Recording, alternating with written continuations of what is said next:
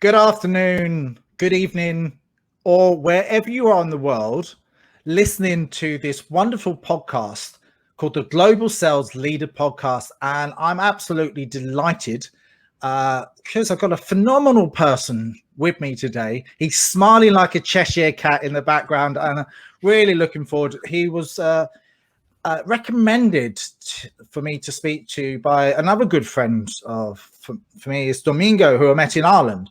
And he said, you have to speak to this guy. And I went, yeah, okay. And I sent you a message and it got lost into the stratosphere of email. But that's the point that we'll probably speak about in a few moments. But luckily, I sent him a video message and he picked it up and I went, awesome. So welcome, Alec. Thank you, Jason. So glad to be here. And I actually said it correctly. It's Alec Stern. That's correct. America's Success Startup. So he's an entrepreneur. So look, my name is Jason Cooper. I'm your host today. I'm a sales strategist, sales coach. I help sales teams deliver better results. It's all about gifted leaders who employ brilliant and intriguing strategies to great effect. And no more than my guest today. So look, I'm going to give you a little bit of blurb. And if I miss anything out, please fill in the gaps because there's lots and lots of stuff that you've done, which is exceptional. So my heart's racing because it's going to be really good. So Alex is an entrepreneur. I think you're a quadruple entrepreneur. I think you've done it 8 times and you've also exited 5 times. You've also done 2 IPOs. For the people actually are in audio, I actually went 2 fingers there, the peace sign, which is 2, and 1.1 trillion euros, dollars, or I think it's dollars, isn't it, in the American economy. So you're performing hundreds of keynotes around the world, popular sessions in sort of startup, Space International, City Summit, Power Team International. Oh, there's loads on here. So co-founder, a team of 8 startups. I've already said that. And sort of the best known in my mind is Constant Contact, which is, I've used it. I've used the others as well, but I've used Constant Contact as well. So it's absolutely awesome. So the last 18 years from startup, that's absolutely extraordinary. So you've also been on Influence Magazine, plus 2-time Visionary Award winner, and also you've just won a new award. What's that, Alex? So it's the World Authority on Entrepreneurship, and it's the Credible Source selected me for that, which I'm honored. So Influence Magazine, the top 100 influencer, was more centered in the North America. So this is an international recognition for my entrepreneurial efforts. So efforts, I think you've gone a little bit beyond efforts. I think you've gone way beyond that. I'll take your hat off to you with what you've done. If we can backtrack a little bit before you went into that entrepreneurial space, tell me sort of little snapshots along the way that sort of anchor points into getting you to that first startup. Sure. Yeah, that's appreciate the question. And just to set the stage, there are a couple of first things I would say is, oftentimes, and I was recently asked this on an interview that, was I born with a silver spoon in my mouth? And so the answer is yes, this is actually it. Oh, lovely. But my mom bought this at a flea market. So my mom was an entrepreneur. My dad worked, he was a designer. And so, was involved with many patents. But I really learned from my mom kind of the scrappiness and the passion and the desire to succeed as a small business owner and an entrepreneur. And I got the bug young. There were certain things I wanted, I had to go and make the money myself and go get it, which I did, and built up, nice little businesses in the neighborhood, doing all kinds of different things for the neighbors. And so when I went to college, I studied marketing. And one of the few things my dad taught me that was of great value was, why would you go into marketing? If you really want to know the customer, you got to go into sales, and you'll learn everything possible when you're in sales. And then once you've learned a lot about the customer, then you go into marketing. So I heeded that advice and got out of college, and I had done a case study of a company up here at the time, Prime Computer, that in Boston, and I was at Syracuse, upstate New York, and Syracuse University. So we did a case study on this company Prime, and I really I loved what they were doing, and they were innovative, and they just seemed like, not that big stodgy kind of IBM and others like it. Yeah. And so I pursued to get a job there. And the longer story, but I had to sell myself big time to be the first one they ever hired right out of college, which they did. And then they went on to hire 40 to 60 people annually. And I used to speak at, those classes as the first, and so on. But so I went into sales. I went into the sales training area to go through all the trainings that they had and see what made sense for me as a recent college grad. And anyway, so I got all the learnings, and then they placed me into a Boston field office and as an account manager in business development.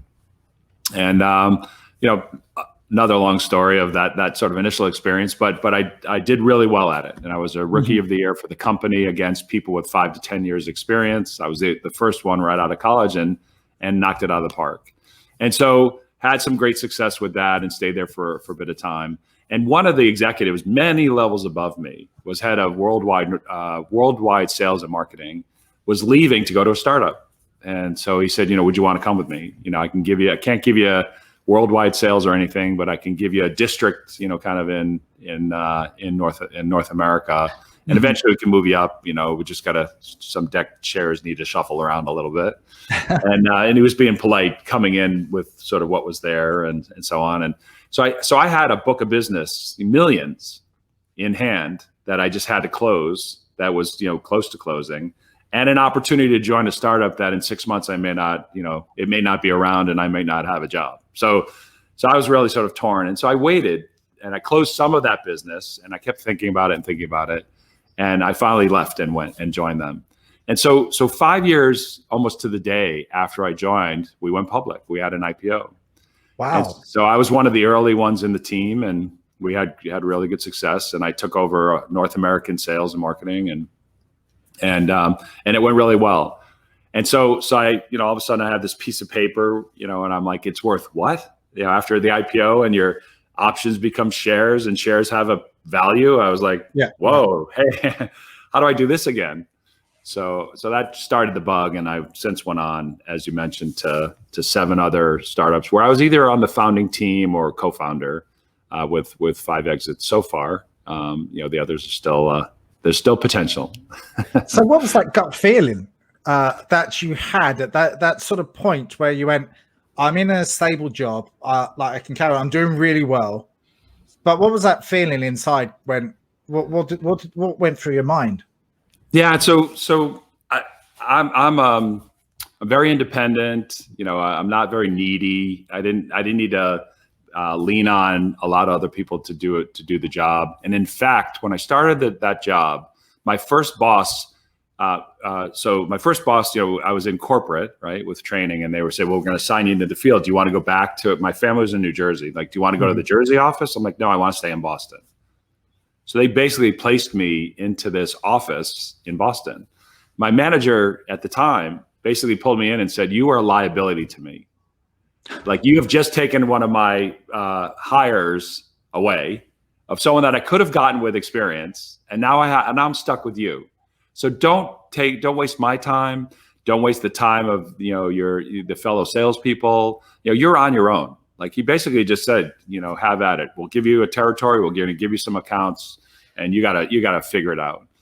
So I was just I was determined to succeed, just because that's who I am. But that just fueled me even more. And so I actually started getting out there, and I got the worst of worst accounts. Like, in fact, I'd call on them, and they're like, what are you doing here? We kicked you out, your company out 2 years ago. What are you doing here? And I proceeded to win back some of those, and I was leaning on someone in the team that was willing to what do I do now? Like, what do I get them to sign? And like, I really knew nothing. So she would help me kind of on the sly, and without him knowing that she was doing that. Well, the net of it was I started closing some business. He took a job in corporate. She became the boss. And so then it was perfect. Like, I had someone that I did have to lean on some of the semantics and stuff, and we had a great relationship, and I brought her into Constant Contact years later, and and we still have a great relationship, but it was just an interesting start for me, and to really have to be self-serving and do it on my own. So what are the key attributes that you had that made you win business? Obviously you had an incredible mindset, but what were the other things that sort of pushed you in the right direction? Yeah, and so one of the things I've lived by since I was a little kid is that to me, a no means not now, right? So I never hear the word no. When I was a kid, I'd go ask my mom on a hot summer day, "Can I have an ice cream?" She said no. But if I did a couple of chores or I helped her on a project, and went back and said, "Mom, can I have an ice cream?" She's like, "Take two, honey. Go ahead. You've been so helpful today." Well, since that time, now play forward, in this particular instance, this just, magnified that concept, because everyone was saying no. They would not let me in the door. They would not, want to see me. But I just didn't hear no. And I honestly, I was persistent, and, but in a positive way, not being a pain. Right. So I'll just tell you one quick side story that I just thought of. So one of the accounts we were in, and we got kicked, they still had some of our equipment, but it's hardware and software and some applications and that were running on this platform. And so they still had some of our stuff, but it wasn't an active account anyway. I hadn't bought in several years. So I called in, and I got to an executive admin and said, I need to speak to so-and-so, and he's not available. Who's calling? And so she took my information. I said, let me know when, please have him call me, or, then let me know a good time to call him back, And this went on for a couple of weeks, and I kept trying and trying and trying, and she kept saying no, no, no. And I was like being blocked, right? But I didn't hear no. So this one particular day I called her and I just said, can I speak? I really need to speak to him. She said, listen, you're calling me like every few days. I'm telling you, he's not interested. He doesn't have time for you. And I said, well, I just need 30 minutes of his time. Why can't you give me 30 minutes on his calendar? Like I think, we've done business with you before and things have changed. I'm the new guy in town, right? So I want to go back in. And so she said, you can't talk to him. I'm like, why? She's like, he's out of the country. I'm like, oh, how long is he out of the country for? She's like, 2 weeks. I'm like, I'll hold. She's like, what? I said, I'm going to hold on the phone. I'm not going anywhere. So she puts me on hold, and I must have cracked up with the other admins and others in the office, and came back, and she said, that was the funniest thing. You made my day with that. I said, can I have 30 minutes when he gets back? She said, let me find time on his calendar. And so she literally booked the session, and guess what? They bought over $1 million worth of hardware and software from me about 9 months later. That's absolutely incredible. And one of the biggest things about sales is rapport. So you've obviously built up that rapport, but you made someone's day. So they had to let you in. Right. That's probably the key thing there. So you did an awesome job there. So yeah. What does success mean to you? How do you perceive? Because you've obviously you have been extremely successful, but how do you perceive that now you've done all of these 8 startups and this, that, and the others? How do you see it now, as opposed to when you were going through it in the beginning? Yeah, so a lot hasn't changed from that perspective. To me, success is earned, right? And so I'm constantly seeking or earning success, right? So I'm constantly looking for it, finding ways to succeed. There's a broader story than just those 8 companies. I'm currently co-founder of 4 Things. We've started an innovation think tank and spinning out some businesses that we're self-funding and eventually get to a point, and then we take external funding. And so I'm involved in a lot of things. And so I'm just fueled by, all of this is very repeatable. And it's really, it starts with some of the basic things that we all have to be passionate about something. Mm-hmm. We have to believe in what we're doing. We have to validate what we're doing and bring that to others, in our target market, for them to give us the proof points and the get wide-eyed with our idea and know we're onto something, because everything else is going to try to stop us, right? You go to your family and they're like, hey, I want to do a startup. They're like, you're crazy. When we were starting Constant Contact, we weren't taking salaries. I had 3 mortgages at the time and a bunch of other expenses. Yeah. And we started the company, we weren't taking salaries. So my mom initially was just like, you're going to go bankrupt, like go get a real job. What are you doing? That sounds like a mother too. Yeah. Very motherly. But let's just play forward 10 years later when we go public. Who on Facebook in all caps wrote, "I always knew it would be a success. I'm so proud of you," right? That's a very motherly thing, just backtracking their words. Once they see the success that you're going through and they go, "Wow, you've done well, son." Yeah, that's absolutely incredible. So I'm challenged all the time to just find success, right? So and another one of my sort of things that I live by, and I have for many, many years, are accomplishments are something to build on, not rest on. And that can be done day to day, week to week, company to company, new ideas, whatever it is. So I don't sit on and rest on those laurels. I've had some success, but I want more. And and it's not from a greedy perspective. I'm fueled by helping others. I'm fueled by helping folks succeed, like small businesses and other startups, and of course the stuff that I'm working on, disrupting markets that have existed for a long time.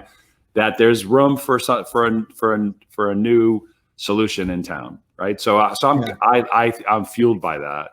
So for me, I just thrive on finding new success points. So that's awesome. Yeah. I've been involved in many tech startups myself, so I can understand that sort of. I don't know. It's that gut feeling that your heart is pounding and you want to do everything to succeed, and it's fun along the way. As much as you might be bootstrapped or you're running on vapors, but there's some sort of thing in the background that says it's going to work. It has to work. Sometimes it doesn't always work, but you put your mind at it, and hopefully it will still happen, and your dreams will come true. So now you do keynote speaking and public. The question I was going to ask actually is, when you actually went for VC funding, what were the key things that you were saying to sort of influence the venture capital companies when you were pitching to them? I just wanted to know for myself, actually. Yeah. So I'm gonna answer this, but I want to just be clear. I'm answering it with a few hats. The first is being an entrepreneur and going out and fundraising. The second is I'm a limited partner in a venture fund for tech investments, G20 Ventures. And I'm also been an angel investor doing a bunch of things myself. So more so trying to do all tech stuff goes through the G20 Ventures, and then non-tech and other areas I do on my own. And so I understand I understand what they're looking for, right? But there's also what you need to do, right, prior to even talking to venture capitalists. And if you go to my website, alecspeaks.com, there's a blog post about fundraising. And so I actually put a lot of things in there that I think are really important. And I talk about getting smart money. And being smart about getting money and finding smart money. And so really what that's saying is that, like, you might have the most incredible idea, but when you're going to go and present, the first thing they're going to look at is the founder or co-founders. They're going to want to understand, if it's one, they're not going to. A lot of times, they're not going to be comfortable with that. They want to know more than one person's sort of, wearing this company on, kind of wearing it in their heart and in their head to make it succeed. And oftentimes, you can't be the general store manager that does everything. Right. So if you're a single co-founder and you're technical or the business side, you complement that with someone who has skills to do some of the things you're not necessarily great at. And they're not going to want to hear you learning on their dime how to do these other things. Right. So you stay in your lane, you figure what that is, and you add people in. Right. So, and that could be a co-founder or two or other sort of C-suite, other people that have been there and done that and are really strong in a particular area versus you learning it and taking all that time, right? So they're going to look at the team, they're going to look at the founders, they're going to look at the team, they're going to look at what are you offering and what's unique about it, so your unique value proposition, and how big of a market or problem exists today. What are the solutions that are out there, and how are you different? And so how are you going to succeed at this? And then I kind of then say the next thing is really around the go-to-market. How are you going to go to market, and how are you going to scale this? And oftentimes, great team, great solving a big problem. They're really unique about what they're doing, but they don't know how they're going to scale it. And so the scale strategy that I've seen and I've succeeded with has always been around channels, strategic partnerships, affiliates, and working through other intermediaries that your target market is hanging out with in one way or another. And some of those relationships are really strong. So there's a trusted, tighter relationship, and others are a little bit more loose. But there's a whole variety of categories that you can get access to your target market. So in the case of Constant Contact and a few others that I've worked with where we're selling to Main Street small businesses, the answer is not hire 100 salespeople to walk down Main Street and do that. The offering is not really that, it's very low budget. And it's not going to, you're not going to scale hiring hundreds of salespeople to go door to door selling the small business. So you have to work through others that are trusted resources to that target market. If you're on the enterprise side and your offering is $100,000 and it takes more kind of consultative selling and FaceTime and things like that, then maybe it's hire 100 salespeople. But in a lot of instances, the answer is the answer to scale is channels. And if you can get a few customers and then show them directionally, this is good for this audience that we're serving, and we're going to scale it through these different categories of channel partners, then oftentimes they'll be willing to fund that. Because it's just more money, and the use of proceeds will get you to that scale point. I remember when I went on a program to go to Silicon Valley, or San Francisco, and we had a mentor out there. It was a people tracking piece of software. And we had to go and see hundreds of people. And then I had to stand up on stage and present to 200 VCs. I was absolutely... my heart was in my mouth. That was the kind of words that I was going to say.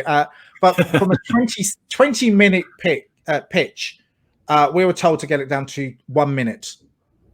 And we had to stand up there for just 1 minute and gain people's interest in what we were doing. And then it was all about how many customers that we've actually got signed up on our SaaS platform and all of that. So I sort of understand that process, and it excites me even when I think of it. So what do you think the challenges that people are facing now in this wonderful world that we're living in right now? And what do you think the best strategies for entrepreneurs right now, and even leaders right now, to sort of pivot? Sure. Yeah. So I mean, I think pivot is the last resort strategy. Okay. Oftentimes and I've talked to hundreds and hundreds of startups and small businesses in the last sort of 4 to 5 months. And I will ask them, are you, in terms of your vision, your goal, where you see yourself in 3 or 5 years, are you on a path to get you there? And hemming and hawing, half of them say no.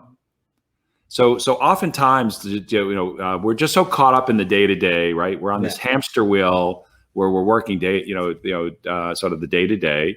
And so I'll say, this is the time you need to focus on working on the business, not in the business. So get out of the day-to-day and the tactics, look at it strategically, and just see, are you on that path to get you to that place for success? And what are you doing every day to get you there? So I think looking at things strategically is very important now.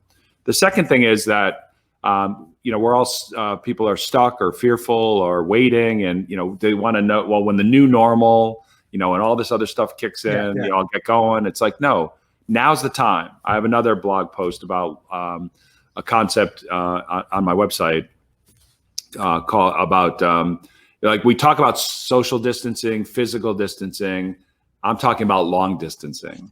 And by long distancing, you've got to go back in time, right? Go into your Rolodex, go back into your contacts list, go back to the people that influenced you in the past, your mentors, your teachers, your possible investors, people you used to work with, customers, strategic partners, whoever it is, right?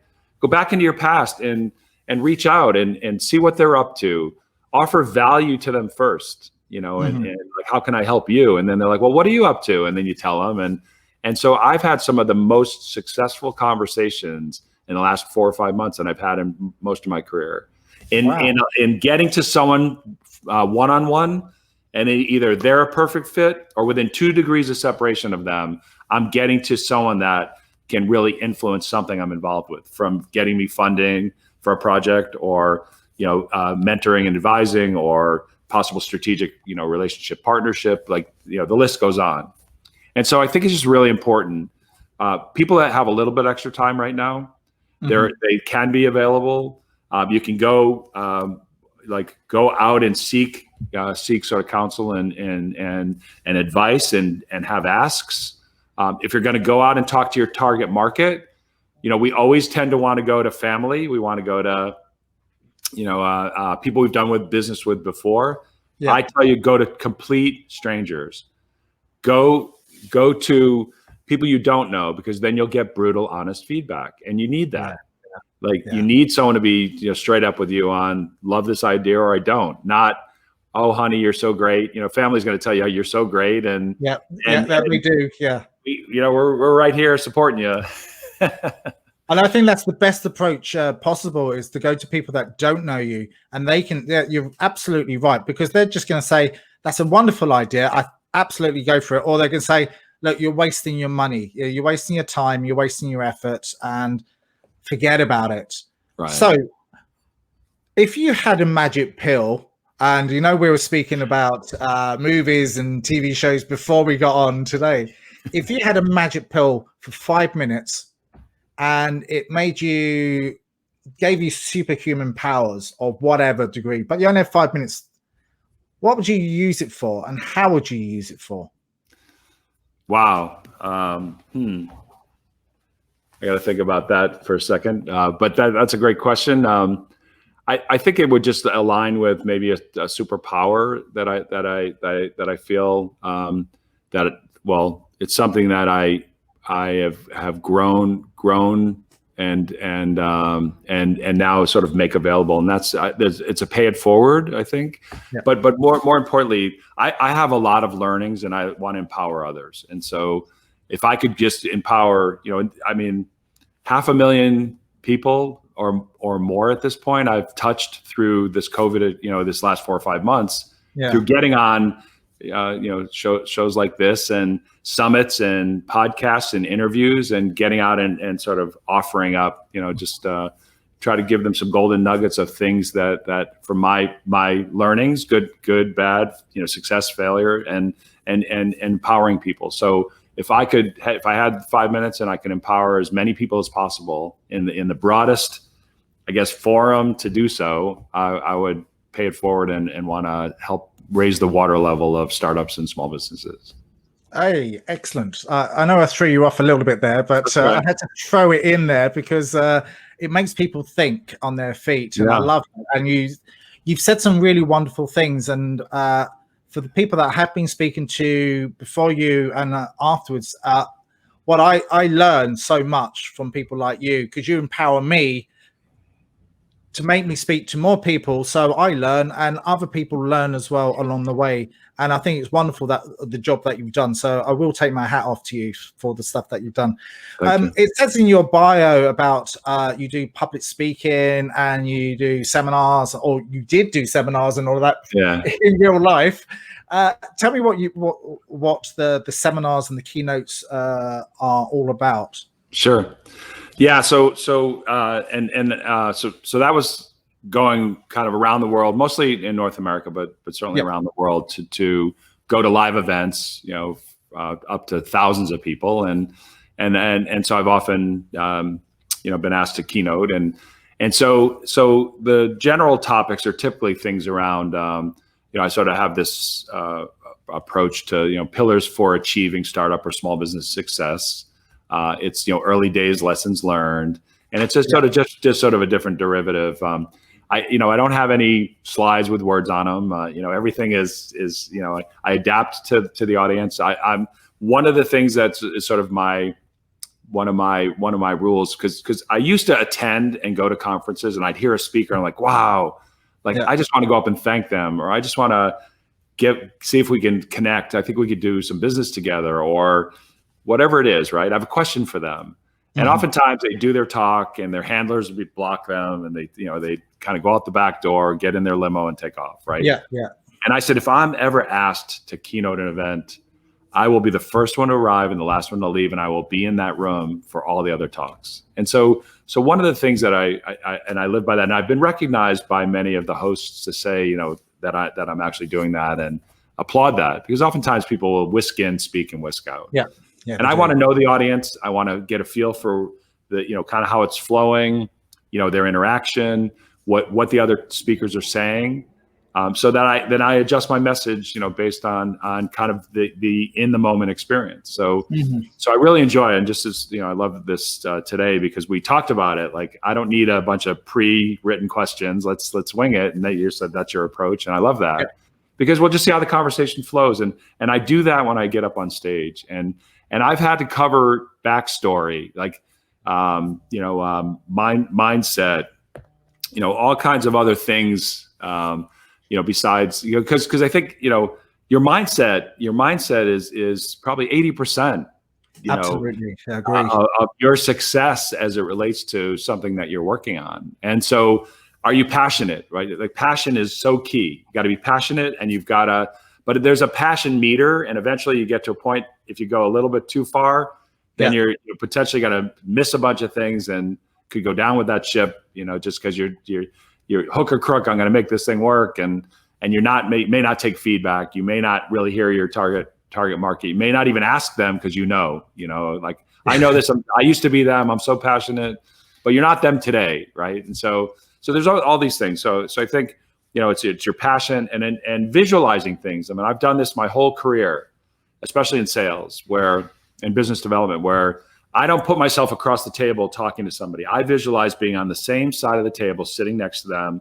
having a conversation, consulting with them, and we're solving something together. Yeah. I visualize them signing the documents that we will work together. We're going to I visualize shaking hands with them. Yeah. And I've had incredible success, and it's because what's your process visualize that. Tell me about that, because I do that all the time. I did it before every single podcast, so it goes well in my head. So tell me what you do, because I'm fascinated with that. Yeah. So often for me, it's there's so during COVID, one of my dear friends, she was like, well, there were all these full moons and new moons and whatever. She was like, there's some meditation. Jump on one with me. And so I did. And so it became a joke that I now have a holistical practice, I called it, right?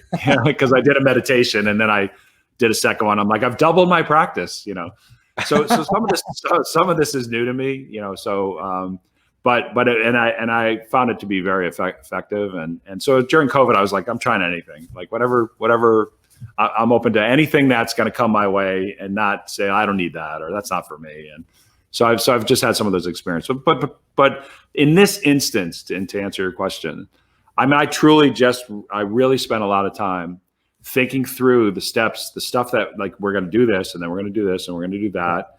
And getting the buy-in here. We'll handle the objections, and we'll understand, from that experience where we need to go with the conversation. And so I just visualize all the way through.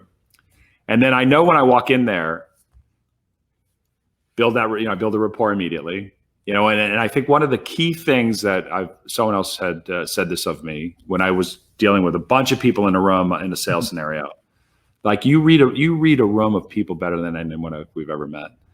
So I'll quickly assess. Jason wants a joke.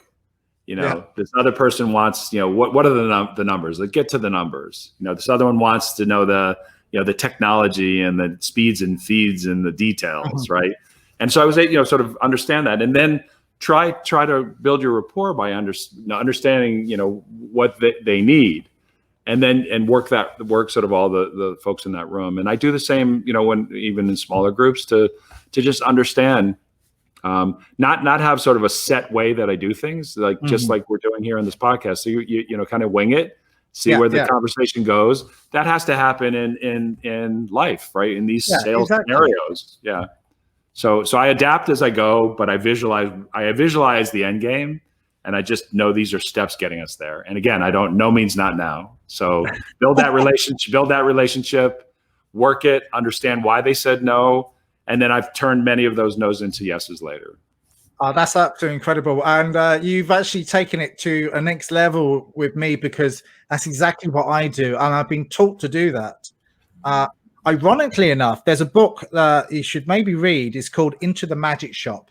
I can't remember who wrote it, but he is San Francisco in the sort of late 80s.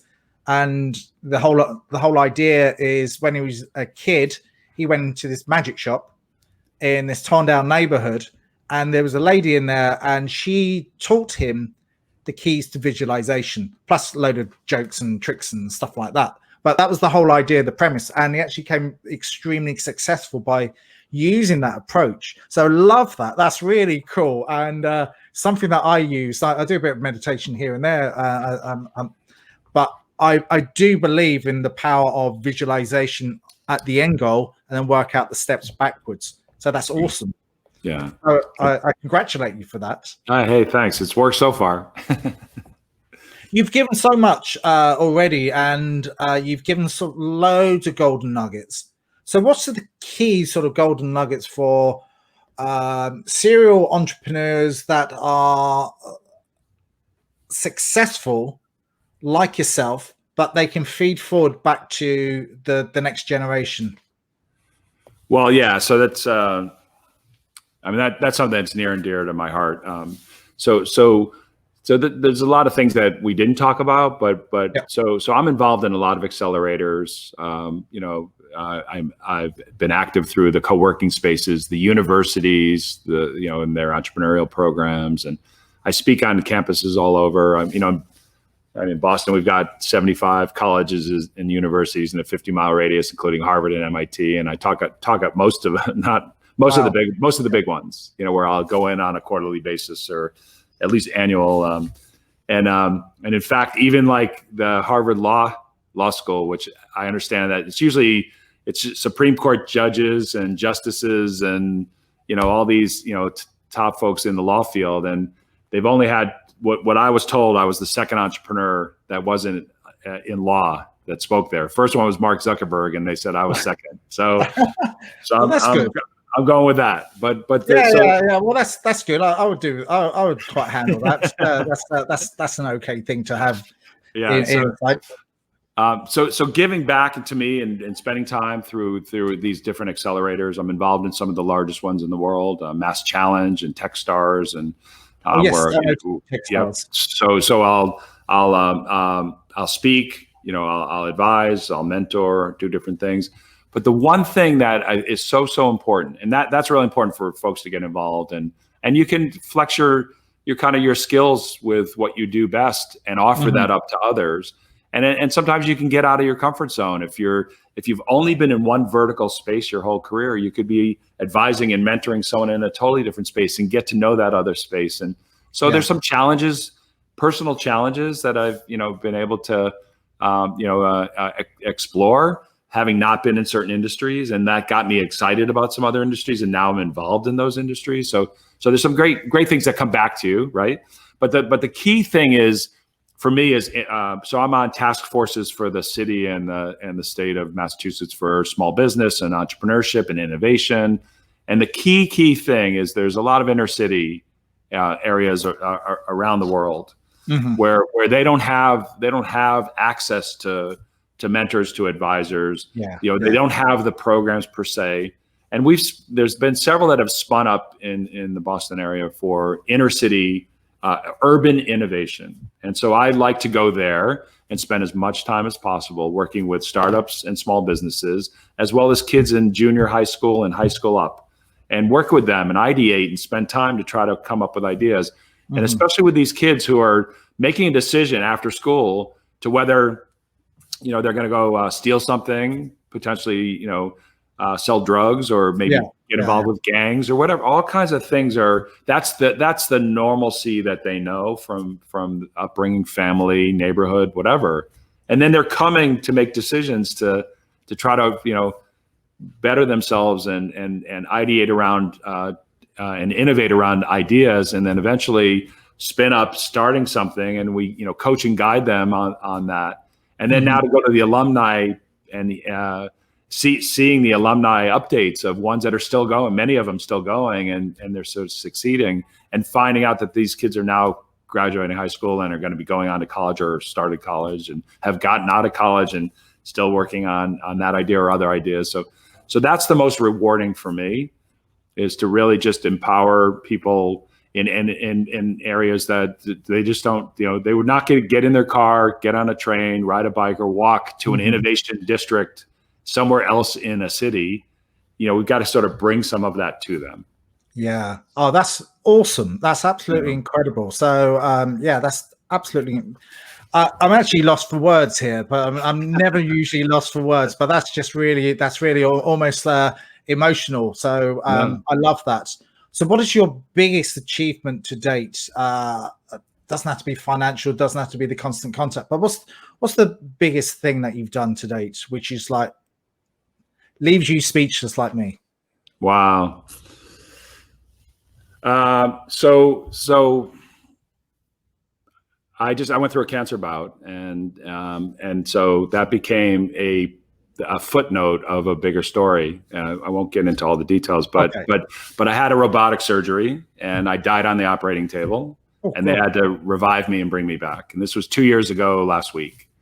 And so that just the personal sort of, dealing with that, but more importantly, like I just wrote there's another blog post on my website, about this journey and sort of the learnings and the takeaway. And I just kind of, the first thing that came into my mind is that hundreds and hundreds of people have written me or come to me sidebar and said, you know what, I'm faced with this, or I'm about to go through my own journey, or I'm in the midst of it. No one knows, just my wife knows, haven't told the kids. Like, they've all come because I inspired them to, and through my telling my story and my learnings through the story.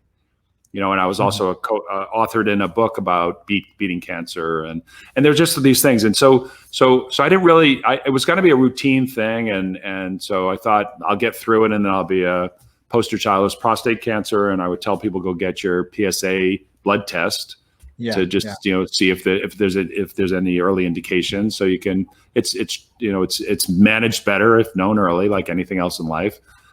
But with all the other complications and stuff, this routine thing took, a much longer journey for me in a sort of a longer fight. But I never once lost my approach to solving things and knocking things down and obstacles.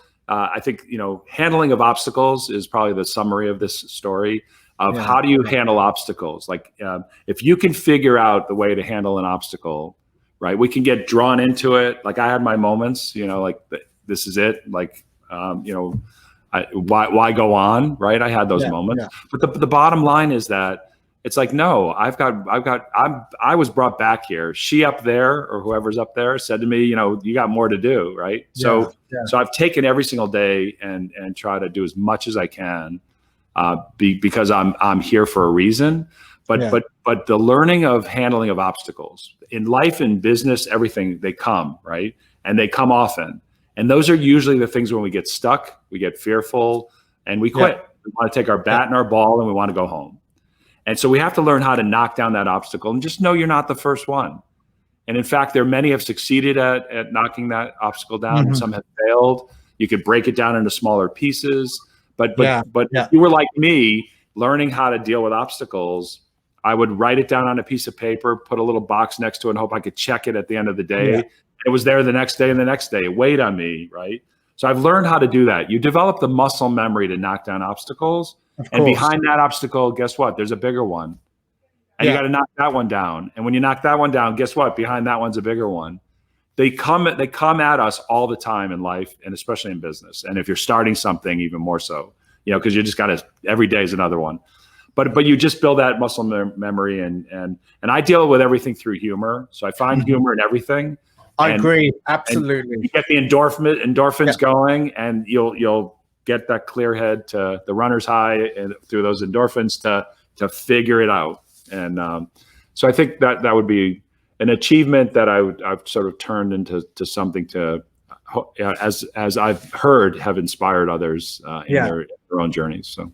Well, you definitely inspired me. I feel absolutely, the endorphins are rushing through me at the moment. I feel absolutely incredible. So you've done a wonderful journey. Look, I know I've taken up a lot of time, but I'm genuinely want to ask, actually, because I'm intrigued, and it's a burning question in my head. What do you think is the next big thing out there? There were fintech. We've had all of this other wonderful medical technology that's out there. We've got artificial intelligence. We've got all this other stuff. What do you think the next thing out there is? Yeah, so you know, a lot of that's evolving, and all that we've experienced over these last 4 or 5, 6 months, we've obviously seen some points of failure, you know, in supply chain and sort of a lot of areas. So I think that it's just an opportunity and ripe for a lot of stuff to come into play. I think, you know, the overlay of software and technology, and not only just physical requirements there. And so I think there's a fair amount, and then I've always been enamored with augmented reality and AIs and augmented reality, and seeing how to apply that into the business. I've seen it in some things, you know, like imagine if you were able to track the person who was fishing, and the lure that they used and the rod that they used that caught that fish, that then, you know, traveled the world to get on your plate for dinner at that restaurant. Like, imagine you could see all the sort of the steps along the way, and have accountability, you know, and know that journey. Like, you know, that's just sort of, you know, just a visual metaphor of all the things within business that I think it's ripe for us to do so much more. And I think the last thing I learned this last 5 or 6 months, but I've gotten into it a lot more, is, you know, we have to be able to solve for ourselves, right? And find new things to succeed. So I was doing very well in getting around and speaking, and as I said, a bunch of startups that, you know, I'm co-founder of, and sort of we're self-funding, and everything was just going swimmingly. And then all of a sudden, you know, the rug came out. So now I had to reinvent to do a lot of things virtual, 15 to 20 interviews on average a week. Ooh. You know, I mean, I've just stepped in and, you know, full on. But then also thinking about, like, you know, if you've lost your income, you know, what do you do to replace it? And I've done some side hustle, you know, passive things, you know, direct marketing related, and found some great opportunities in some spaces that are evolving, like Forex currency trading and some other things. So I've been, you know, excited to just in some of those opportunities. And I think, you know, we all should be considering doing more than what we do today, just to those side hustles can become our future if, you know, and I've had many other friends that's the case, where they've replaced what they were doing and have stepped into something else through those. So that's absolutely awesome. Today's been absolutely exceptional, and I really take my hat off to you. And again, I'm lost for words, because it's been such an exciting roller coaster ride today, and I've been embracing hard. It went right up, and then we did the right down part, and then we were right up again. So it's been absolutely incredible. So I really appreciate all of your time. Thanks. And all of the stuff that you've said today. So how can people find out a little bit more about what you do? Yeah, so on the ticker tape is my website, Alec, A-L-E-C, Speaks, S-P-E-A-K-S, AlecSpeaks.com. You can find out more about me. You can learn about some of the stuff I'm involved in. There's some fun and interesting readings on my blog. And then, of course, all my social channels are there. So if people want to connect through social, you can just click right over and find me. So that's absolutely phenomenal. Thank you again. My name is Jason Cooper. I've been your host. You've been listening to the Global Sales Leader podcast. And this is available on YouTube on my channel, which I like and share. It'll be on LinkedIn and all the other social channels that we can think of. And this is also available on audio. So all of the platforms out there, the Spotifys, the iTunes, and the Googles, and all the other ones out there. There are lots of them. So this will be all out there. And thank you once again. Thank you.